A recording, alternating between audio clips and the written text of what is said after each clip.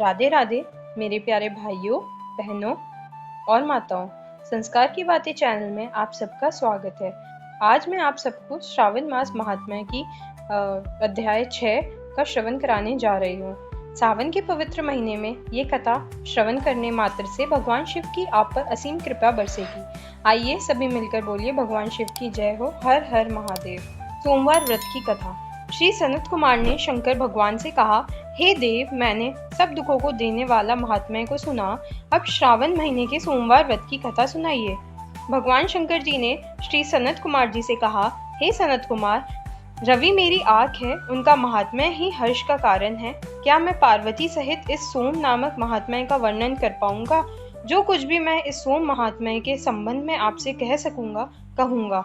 सोम नाम चंद्रमा का है। सोम ब्राह्मणों के राजा है। यज्ञ साधन सोम लता का नाम है। अब तुम ध्यान देकर इन नामों के कारण को सुनो।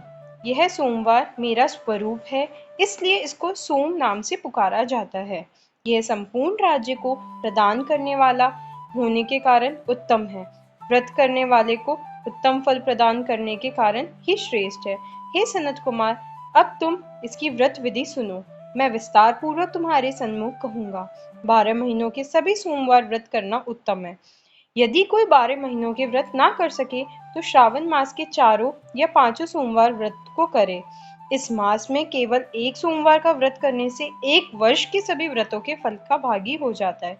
प्राणी को चाहिए कि श्रावण शुक्ल पक्ष के प्रथम सोमवार को प्रातःकाल सोमव्रत का संकल्प करे।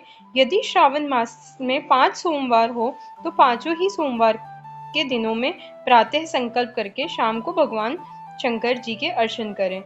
सायकाल में भगवान शंकर जी का षडोष उपचार से पूजन करें और फिर एकाग्र मन से भगवान शंकर जी की कथा को सुने। मैं इस सोमवार व्रत की विधि को तुमसे कहता हूँ, ध्यान पूर्वक सुनो। श्रावण महीने में पहले सोमवार को इस उत्तम व्रत को ग्रहण करना चाहिए। स्नान आदि करके हर प्रकार से शुद्ध होकर श्वेत वस्त्र धारण करने चाहिए। काम, क्रोध, अहंकार, द्वेष, चुगलखोरी आदि का त्याग करना चाहिए। मालती, मालिका आदि श्वेत पुष्पों तथा नाना पुष्पों से तथा अभीष्ट उपचारों से मूल मंत्र ओम नमः शिवाय या त्र्यंबकम मंत्र से अर्चन करना चाहिए और हाथ जोड़कर और कहना चाहिए, सर्व भयनाशक महादेव का मैं ध्यान करता हूँ। उग्र उग्रनाथ भव शशि मौली का ध्यान करता हूँ। इसी प्रकार देवेश का मनोहर उपचारों से अर्चन करना चाहिए। सोमवार के दिन पार्वती के सहित भगवान शिव का अर्चन जो करते हैं वह प्राणी पुनर्वृत्ति रहित दुर्लभ लोक प्राप्त करते हैं। इस मास में नक्त व्रत के पुण्य को संक्षेप में कहूंगा। देव तथा दानवों से 7 जन्म के अभेद जो पाप है वह सब नक्त भोजन से नष्ट हो जाते हैं। इसमें संशय की रत्ती भर भी गुंजाइश नहीं है।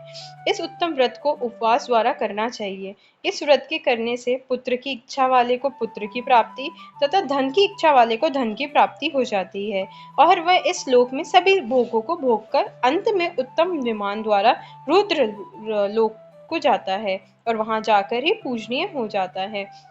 इस संसार को असार जानकर, मन धन और जीवन को चलायमान जानकर प्रयत्न से व्रत उद्यापन करना चाहिए।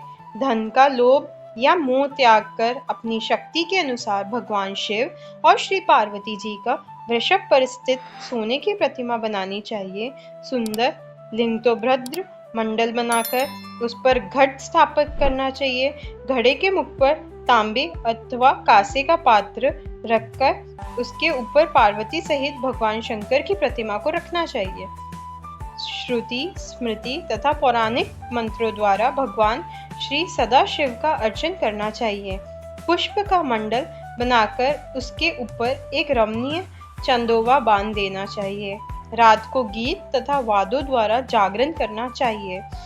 अपने ग्रह सूत्र विधान द्वारा बुद्धिमान को अग्नि का स्थापन करना चाहिए। स्वर भवनाशन आदि 11 नामों द्वारा हवन करना चाहिए। प्लाश की लकड़ियों से 108 आहुतियां देनी चाहिए। घी, तिल तथा बीलपत्र का 60 अक्षर मंत्र से हवन करना चाहिए। आचार्य का पूजन अर्चन कर आचार्य को गौदान में देनी चाहिए। 11 विद्वान ब्राह्मणों को भोजन करवाना चाहिए और उनको 11 बड़े कांसे के पात्रों सहित देने चाहिए। पूजा करने के बाद प्रधान देव तथा देव पर चढ़ी सामग्री आचार्य को दे देनी चाहिए। फिर भगवान सदाशिव से प्रार्थना करनी चाहिए, मेरा व्रत पूर्ण हो, इस व्रत से भगवान शंकर प्रसन्न हो। इसके बाद प्रसन्नता पूर्वक अपने परिवार के सदस्यों के साथ मिलकर भोजन करना चाहिए। जो इस विधान द्वारा इस व्रत को करता है, वह जिस वस्तु की इच्छा करता है वह उसे प्राप्त हो जाती है। इस लोक में बहुत समय रहकर अपने इष्ट भोगों और पदार्थों को भोगकर अंत में उत्तम विमान द्वारा शिवलोक में जाकर पूजित हो जाता है। इस सोमवार व्रत को पहले भगवान श्री कृष्ण जी ने किया था, उसके पश्चात उत्तम राजाओं और धर्मात्माओं ने किया। सोमवार व्रत के महात्म को जो भी सुनेगा वह भी इस व्रत के फल का भागी होगा। राधे राधे, जय श्री कृष्णा, हर हर महादेव। उम्मीद है कि आप सबको वीडियो अच्छी लगी हो। लाइक, शेयर और सब्सक्राइब करना ना भूलें। कमेंट बॉक्स पे राधे राधे जरूर लिखें। धन्यवाद।